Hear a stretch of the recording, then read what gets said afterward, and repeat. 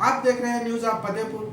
आइए रुक करते हैं खबरों की ओर। राज्य कर्मचारी संयुक्त परिषद शाखा फतेहपुर का द्विवार्षिक चुनाव अधिकारी हृदय कुमार व सह चुनाव अधिकारी सरफराज हुसैन की देखरेख में संपन्न हुआ।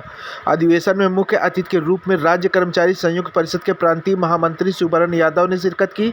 चुनाव में सभी पदाधिकारी निर्विरोध घोषित हुए, जिसमें विनोद श्रीवास्तव को अध्यक्ष, श्याम प्रकाश तिवारी को वरिष्ठ उपाध्यक्ष, अरुण कुमार मिश्र, ब्रजेंद्र कुमार शुक्ला, बाबूलाल महेश जौहरी को उपाध्यक्ष, अनुपम अवस्थी को मंत्री, शशि भूषण त्रिपाठी को संयुक्त मंत्री, राम बाबू कुशवाहा को संगठन मंत्री, विनीत सिंह को कोषाध्यक्ष, दया प्रकाश को ऑडिटर के पद पर निर्विरोध घोषित किया गया। नवनिर्वाचित पदाधिकारी का कार्यकर्ताओं ने फूलमाला पहनाकर जोरदार स्वागत किया।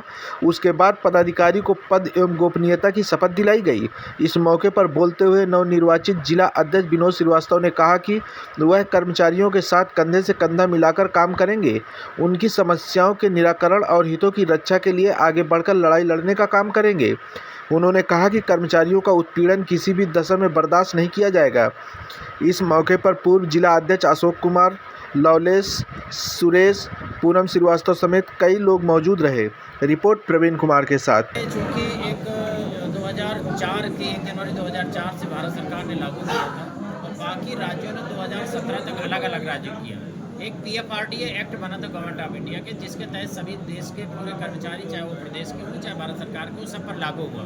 जब तक केंद्र सरकार इस चीज़ को अपनी अधिसूचना के द्वारा रिस्टोर नहीं करती, वापस नहीं करती, तब तक जनपद अगर दूसरे प्रदेशों में लागू भी होता है तो वो बेनामी हो जाता है। अभी 2022 में राजस्थान सरकार ने किया था और वहाँ कदाचित किसी दूसरी पार्टी की सरकार आ गई तो उन्होंने उसको वापस कर दिया।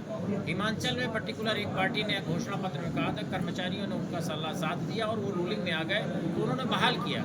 लेकिन सबसे बड़ी बात है कि उन्होंने पुरानी बहाल किया, लेकिन हमारा जो पैसा कटकर पिछले दिनों का पैसा जो PFRDA में NSDL एक अकाउंट होता है जहाँ पर जमा हुआ है हमारा 10 साल 20 साल का 2-4-10 करोड़ जितना भी है, वो जब तक वापस नहीं करेंगे तब तक इसका इम्प्लीमेंट नहीं हो सकता।